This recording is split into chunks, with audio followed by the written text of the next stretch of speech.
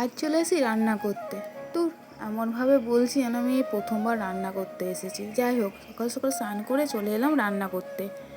যাই হোক, প্রথমে মাম্মামের গাজর আলু ভাজাটা নামিয়ে নিলাম, তারপরে ভাজতে দিলাম মাছ।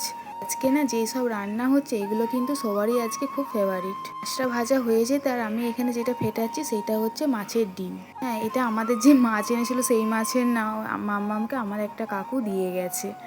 এইদিকে বসিয়েছিলাম তিল ভাজা। তিল ভাজাটা আমার কিন্তু খুব প্রিয়। এটা তো একটা পছন্দের আজকে হলো রান্না, আর তারপরে রান্নাটা হবে সেটা দেখাচ্ছি। দাঁড়াও দাঁড়াও। এইদিকে মাছের ঝালটা করে নিলাম ভাইয়ের জন্য। আর আজকে যেটা আকর্ষণীয় মেনু সেইটা হচ্ছে আমড়া দিয়ে মাছের টক। আজকে যে 3টে খাবার আছে না, প্রত্যেকটা খাবারের সাথে কিন্তু আজকে আমড়াটা যাবে। যেমন তিল আমড়া, মাছের ডিম দিয়ে আমড়া, মাছ দিয়ে আমড়া, মানে প্রত্যেকটার সাথে আজকে আমড়ার কিন্তু একটা ম্যাচিং আছে। তো যাই হোক, আর কোনো কিছু দিয়ে করলাম না, আমড়া দিয়ে মাছটাই করলাম। আর তিল দিয়ে করলে হতো, কিন্তু ভাই তো তিল তিল হচ্ছে টক দিয়ে খাবে না। আর এখানে সমস্ত রান্না করে চলে এলাম মাম্মামকে খাওয়াতে। আজকে তো ওর মেনুটা আজকেই বললাম, গাজর আলু ভাজা আর মাছ ভাজা, ব্যাস। আর এই গরমের মধ্যে সব কাজ সেরে রান্না সেরে এই বাচ্চাকে খাওয়ানো যে কতটা মানে কষ্ট, বাপরে বাপ। তারপর গেছিলাম কালী মন্দির। টাটা।